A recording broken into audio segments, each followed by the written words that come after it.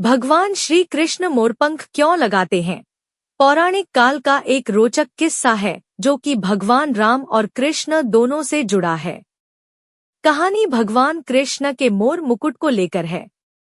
आखिर क्यों वासुदेव अपने सिर पर मुकुट में मोर पंख धारण करते हैं? इसका संबंध उनके पिछले अवतार भगवान राम से है। आइए जानते हैं इस कथा के बारे में विस्तार से। एक बार की बात है, वनवास के दौरान माता सीता जी को प्यास लगी। तभी श्री राम जी ने चारों ओर देखा तो उनको दूर दूर तक जंगल ही जंगल दिख रहा था। फिर उन्होंने प्रकृति से प्रार्थना की, हे वन देवता, आसपास जहाँ कहीं पानी हो वहाँ जाने का मार्ग कृपा कर सुझाइए। तभी वहाँ एक मयूर ने आकर श्री राम जी से कहा कि आगे थोड़ी दूर पर एक जलाशय है, चलिए मैं आपके मार्ग का पथ प्रदर्शक बनता हूँ, किंतु मार्ग में हमसे भूल चूक होने की संभावना है।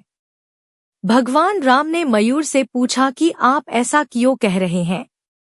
तब मयूर ने उत्तर दिया कि मैं उड़ता हुआ जाऊंगा और आप चलते हुए आएंगे, इसलिए मार्ग में मैं अपना एक एक पंख बिखेरता हुआ जाऊंगा। उसके सहारे आप जलाशय तक पहुंच ही जाओगे। जबकि ऐसा माना जाता है कि मोर के पंख एक विशेष समय में एवं एक विशेष ऋतु में ही गिरते हैं। मोर यदि अपनी इच्छा विरुद्ध पंखों को बिखेरेगा तो उसकी मृत्यु हो जाती है। भगवान को मार्ग दिखाने वाले मोर के साथ भी ऐसा ही हुआ। अंत में जब मयूर अपनी अंतिम सांस ले रहा होता है तब उसने मन ही मन में कहा कि वह कितना भाग्यशाली है कि वे प्रभु जो जगत की प्यास बुझाते हैं, ऐसे प्रभु की प्यास बुझाने का उसे सौभाग्य प्राप्त हुआ। मेरा जीवन धन्य हो गया, अब मेरी कोई भी इच्छा शेष नहीं रही।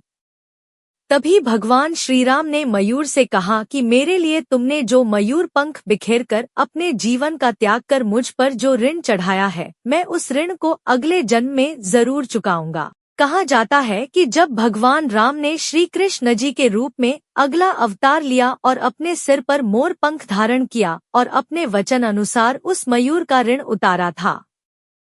पौराणिक काल का यह रोचक किस्सा हमें इस बात की सीख देता है कि यदि कोई बुरे वक्त में हमारी मदद करता है तो हमें उसका ऋण कभी भूलना नहीं चाहिए। और भी अन्य कथाएं हैं इससे संबंधित कि एक बार राधा जी कृष्ण की बांसुरी पर नृत्य कर रही थी।